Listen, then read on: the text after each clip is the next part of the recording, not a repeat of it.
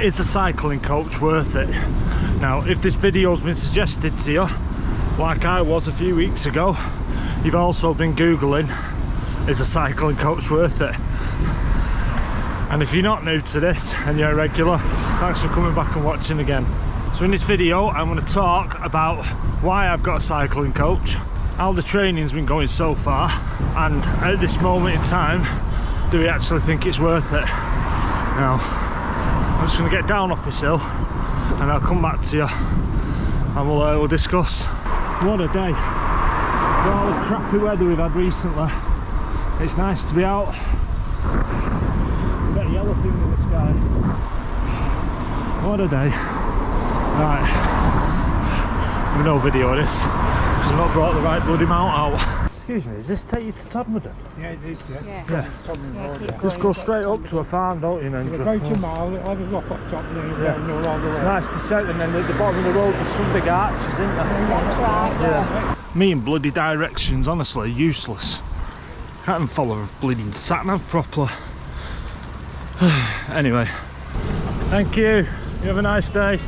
So, why have I got a coach? So in my last video, I mentioned that I've got myself a place on the Whitton. Every time I say it, it sounds weird. And for those of you that don't know, it's a 112-mile ride round the Lake District, covering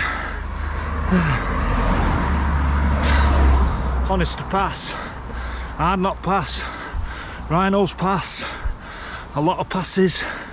Can't think of all the passes right now. Yeah, it's going to be an absolute grueler amongst other rides that I've got planned this year.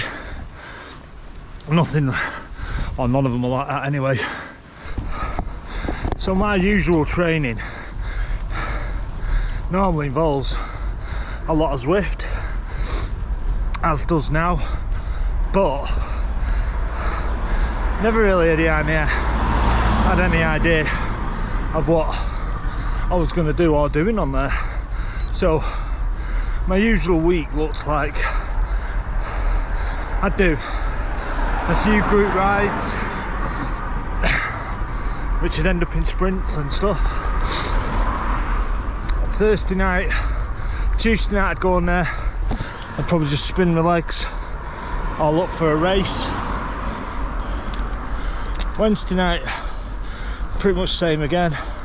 Thursday night, part of the TTT with the race team that I'm part of, and then tried to get out on a weekend, but if the weather was bad, look for every excuse not to go out with work and kids and family. So yeah, my training looked like just going on Zwift, doing group rides, the odd training group ride here and there, races, which I love the races, and they are a great workout, but that's more about peak power, which mine's pretty good, my peak power, but yet never really felt like I'm training towards something, going on there and thinking to myself, is that enough? Kind of like when I used to do weights, bodybuilding, whatever you want to call it. When I very first started, I just go in there and think, oh, I've done 2 hours, that's enough now.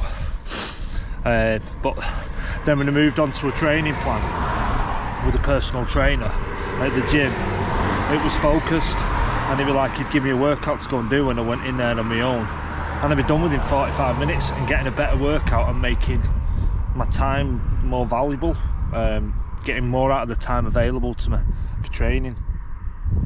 So then, getting a coach, it felt like the right thing to do, just so I've got a specific goal to train towards, and knowing that when it comes to the time of the day of the ride, I've got a specific, basically I'll put myself in the best position possible to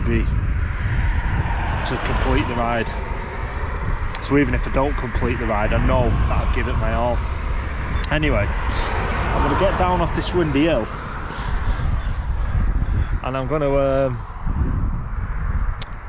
yeah, I'll tell you about what the training looks like at the minute. Again, I can't film this descent, but I have filmed it before. Descent's cracking, so I'll leave a link to that video at the end of the video. And yeah, watch that at your own leisure. But for now, let's get down off this hill and get into Hebden Bridge, or at least to the start of Crag Vale anyway. It's going to be bloody windy up there. Right, let's do this. So anyway, clearly I didn't start filming again at the top of on my way up Crag Vale. I got to the bottom of Crag Vale and the wind was absolutely howling. Yeah, it's now the day later and I don't want to bend this video. So, what was I talking about? Oh yeah, so I've already mentioned that I've been with I signed up with Revolution Cycle Coaching, and my coach is called Mark. I feel like a right idiot, keep saying that. Oh, I've got a coach.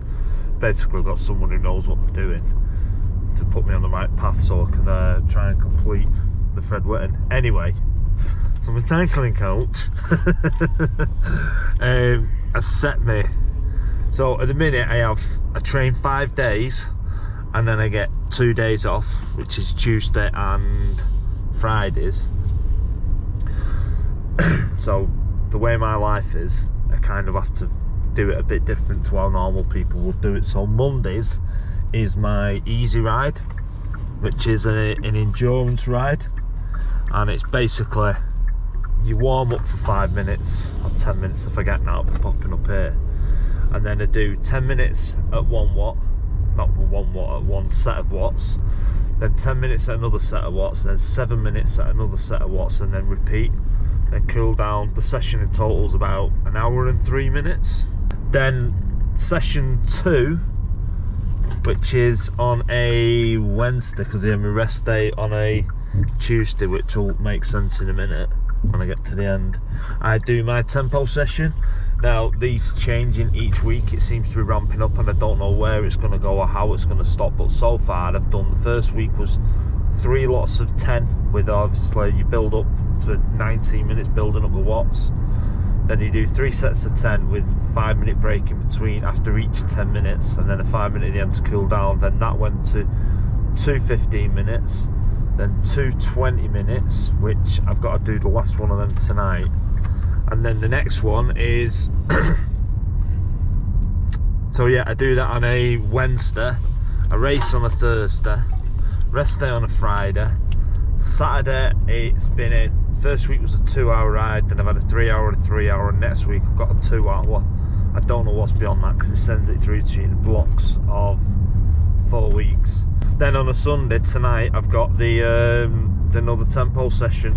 Next week jumps up to 25 minutes, but I don't know what's beyond that. Now I'm going to talk a little bit more. I'm just taking the boys for where are we going? Costa or Starbucks? Starbucks. We're going for Starbucks. I'll tell you what I was just going to tell you, although it's slipped my mind now. Yeah, I'll tell you what improvements I've seen so far within myself, within my cycling, because yesterday going up Crag was quite yeah, kind of like the penny dropped a little bit anyway. So yeah, I will come back to you once we've got this oh, nearly crashed in the car. Once we've got a coffee in hand. So back home now, obviously. Forgot to take the camera in, but I got a little clip on my phone of Ethan bringing the coffee over. Is it just me, or does anyone else find Starbucks coffee crap and overpriced? I think you're just buying into the brand. It's not that good. I've had far better coffees on my bike rides. Anyway, so as I was mentioning, how this translates everything we're doing, like I've been thinking to myself that you need to put in more power. Is this the right thing to do? But I've just kind of trusted the process. Anyway, as I was mentioning yesterday, I went up Crag Vale, which I've set 16 times on there. Sorry, 17 times I've set on there. And yesterday it was a headwind. I've never experienced, well, I have experienced wind like that, but it was literally from the bottom of the hill all the way up. I had an headwind, and I kind of thought to myself at the bottom, if I can get up there in 45 minutes, that'd be a good time. For those of you that don't know, Crag Vale is the UK's longest incline, not the highest, but it's the longest incline. It's around 1,000 foot, over 9 miles, so not really steep, but it's just really exposed on the top. So yeah, kind of thought if I can get 45 minutes, that'll be an half decent time. I actually cracked it off in 37 minutes, and that was just through a combination of just keeping high cadence. So doing what I do in the tempo sessions, I kind of just went up there with the same sort of mindset. Weren't really looking at watts, but I was more looking at my cadence, because there's no point in trying to fight the wind. It's just a case of just keep on plodding on. Now, how this is going to help me when I come to do the Fred Whitton, I don't know. I guess more clues will be given away when I get my second block of training at the end of next week. So yeah, excited. I'm excited. But as the video opened up with, is having a cycling coach worth it? I don't know, but I'm thinking from what I've experienced the last few weeks, I think it will do, yeah. It definitely will do, certainly for myself.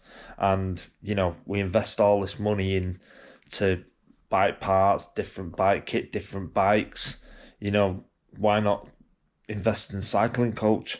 Any of you who are interested in doing this, he has 4 packages. He has 4 packages. He has a bronze, silver, gold, and platinum, starting off from like, I think it's 30 quid a month, going up to about 100 quid a month. And when you look at some others, he's not that bad. Anyway, I'm going to end the video here. I'll be back with you soon for another video. Might be Fred Whitton related, it might not. But if you want to subscribe, that'd be great. And if you don't, then that's all good as well. I'll see you in the next one. Take care, guys. Bye.